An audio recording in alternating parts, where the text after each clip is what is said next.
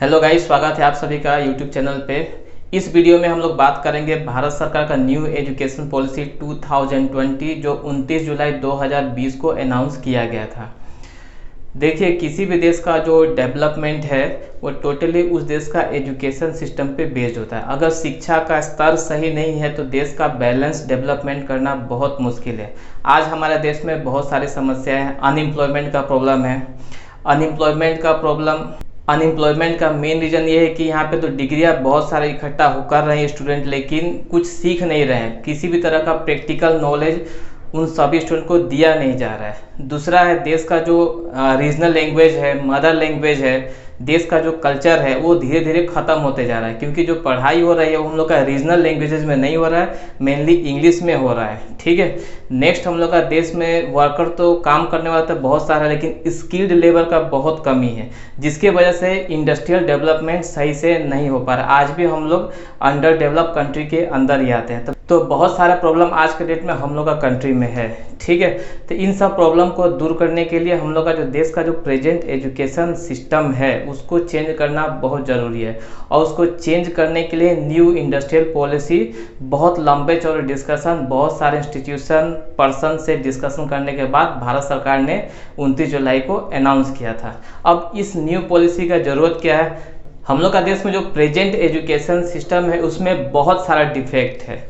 पहला ये है कि यहाँ पे रेस लगता है मार्क्स का। स्टूडेंट का मेन फोकस मार्क्स लाने पे होता है, और नॉलेज लेने में, सीखने में किसी भी स्टूडेंट का, मतलब मैक्सिमम स्टूडेंट का कोई भी इंटरेस्ट नहीं होता है।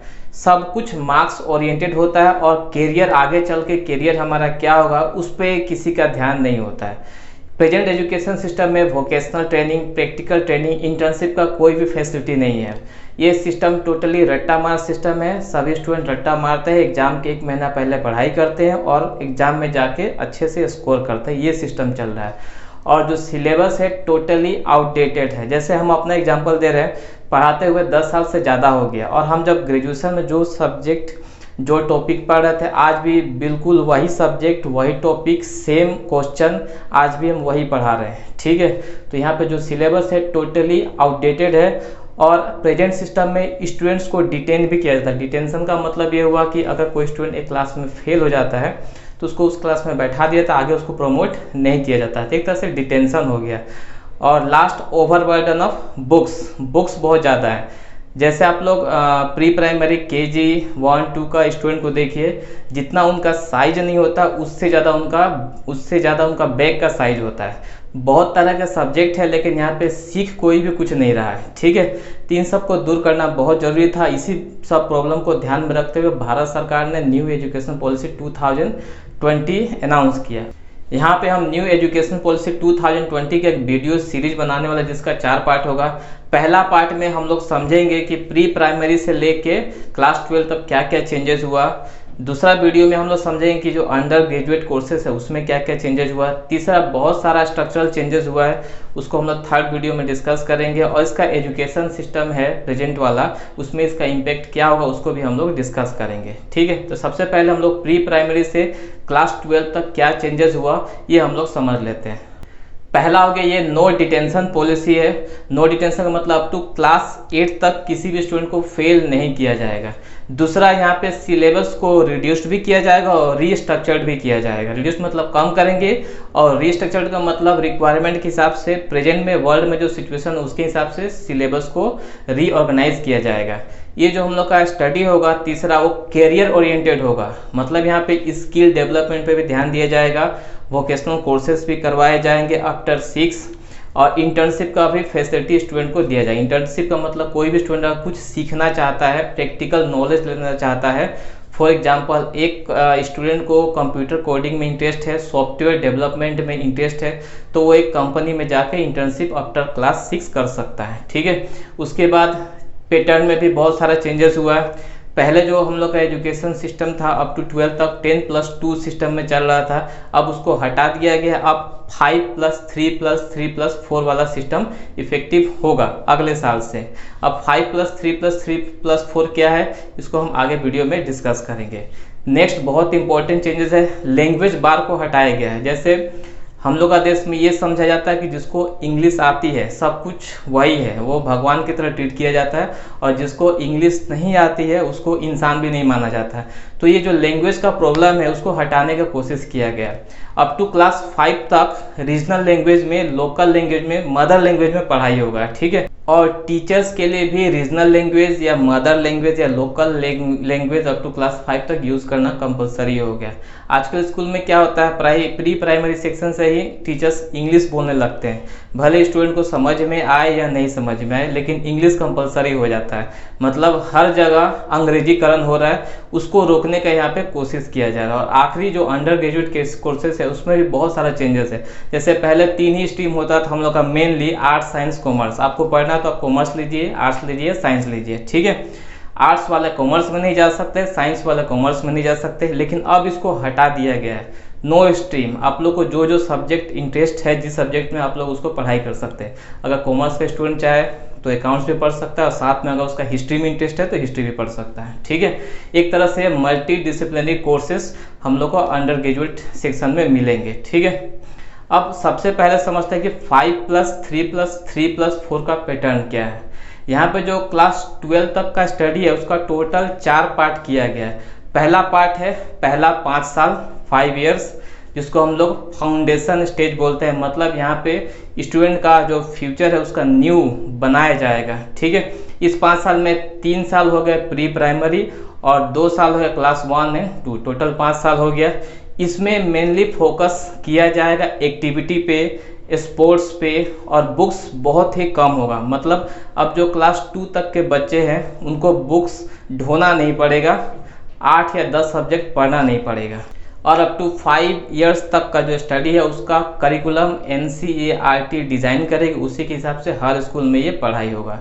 दूसरा आता है 3 साल, मतलब क्लास 3 से लेके क्लास 5 तक। यहाँ पे बच्चों को फ्यूचर के लिए प्रिपेयर किया जाएगा।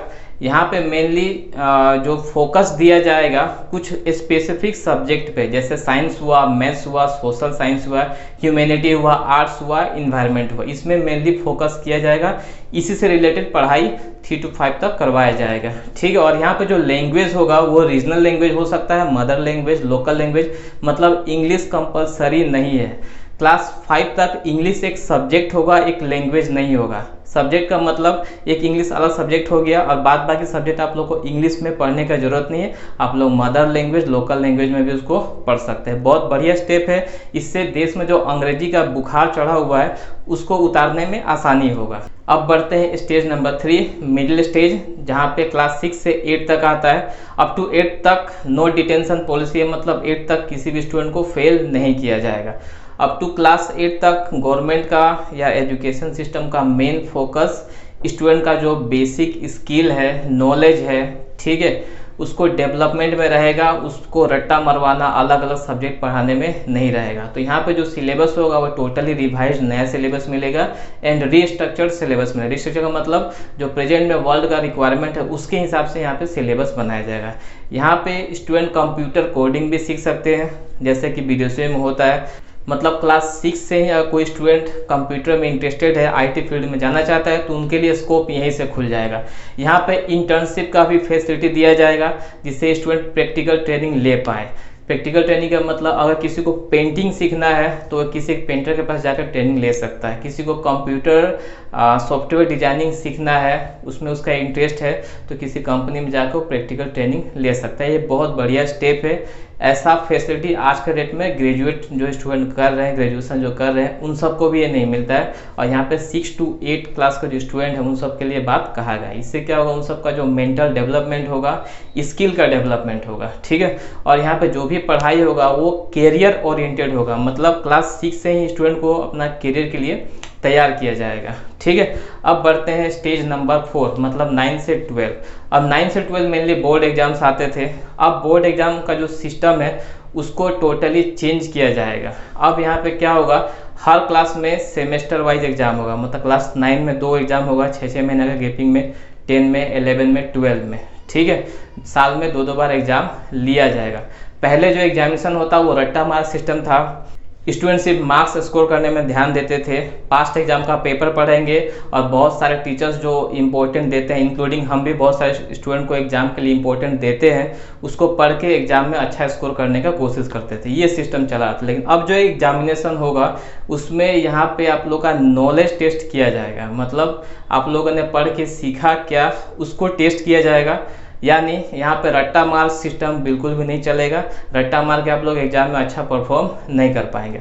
और यहाँ पे लैंग्वेज बार भी आपका नहीं रहेगा, मतलब आप चाहे तो रीजनल लैंग्वेज में भी आंसर दे सकते हैं, ठीक है।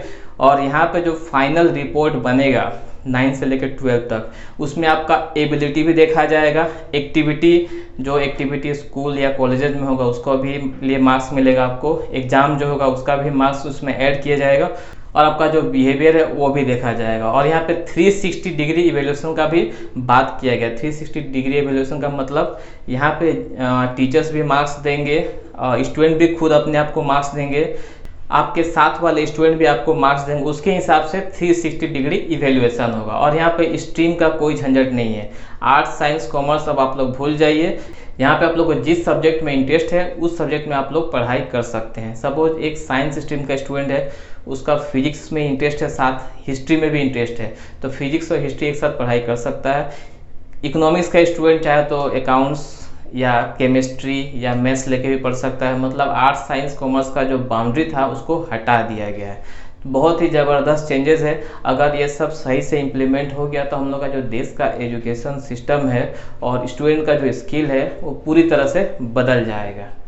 तो ये तो हो गया हमारा पहला वीडियो जिसमें हम लोगों ने डिस्कस किया कि क्लास 12 तक क्या क्या चेंजेस हुआ। अगले वीडियो में हम लोग डिस्कस करेंगे कि जो अंडर ग्रेजुएट कोर्सेस है उसमें क्या क्या चेंजेस हुआ है। तो मिलते हैं अगले वीडियो में।